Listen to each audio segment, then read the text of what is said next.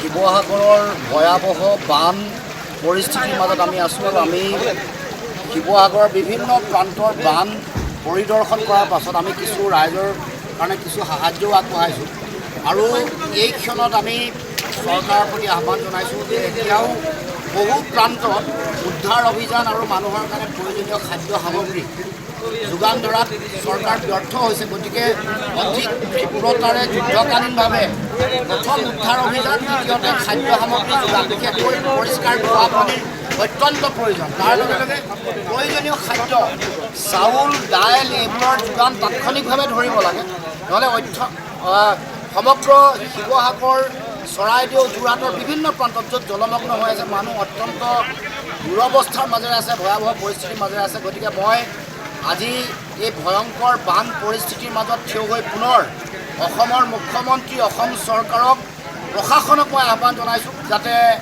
এই গোটেই প্ৰক্ৰিয়াটো অতি ক্ষিপ্ৰতাৰে তেওঁলোকে আগবঢ়াই লৈ যায়।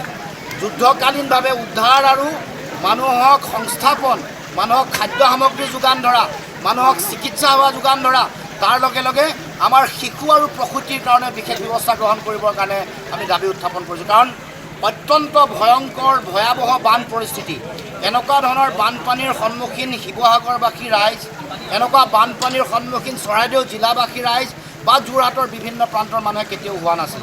গতিকে কোনো ধৰণৰ বানপানীৰ অভিজ্ঞতা নথকা এই ৰাইজক সকাহ দিবৰ কাৰণে এই বিপদৰ সময়ত চৰকাৰৰ ফালৰ পৰা সকলো ধৰণৰ সা সুবিধা NDRF, SDRF প্ৰয়োজন সাপেক্ষে সেনা ব্যৱহাৰ কৰি হ'লেও আৰু দিল্লীৰ পৰা বিভিন্ন সময়ত অসমলৈ বিভিন্ন মন্ত্ৰী আহি থকাৰ হিচাপটো অসমৰ মুখ্যমন্ত্ৰীয়ে দি থাকে। প্ৰধানমন্ত্ৰী বহুতবাৰ আহিছে, গৃহমন্ত্ৰী বহুতবাৰ আহিছে, হিচাপ নিকাচ অসমৰ মুখ্যমন্ত্ৰীয়ে দি থাকে। এতিয়া এই বানপানীৰ সময়তো বানপানী পৰিদৰ্শন কৰিবৰ কাৰণে দেশৰ প্ৰধানমন্ত্ৰীক কৈছোঁ যে তেওঁলোকে যাতে মন্ত্ৰী প্ৰেৰণ কৰি আমাৰ এই ভয়াৱহ বান পৰিস্থিতি তেওঁলোকে যাতে বুজ লয়।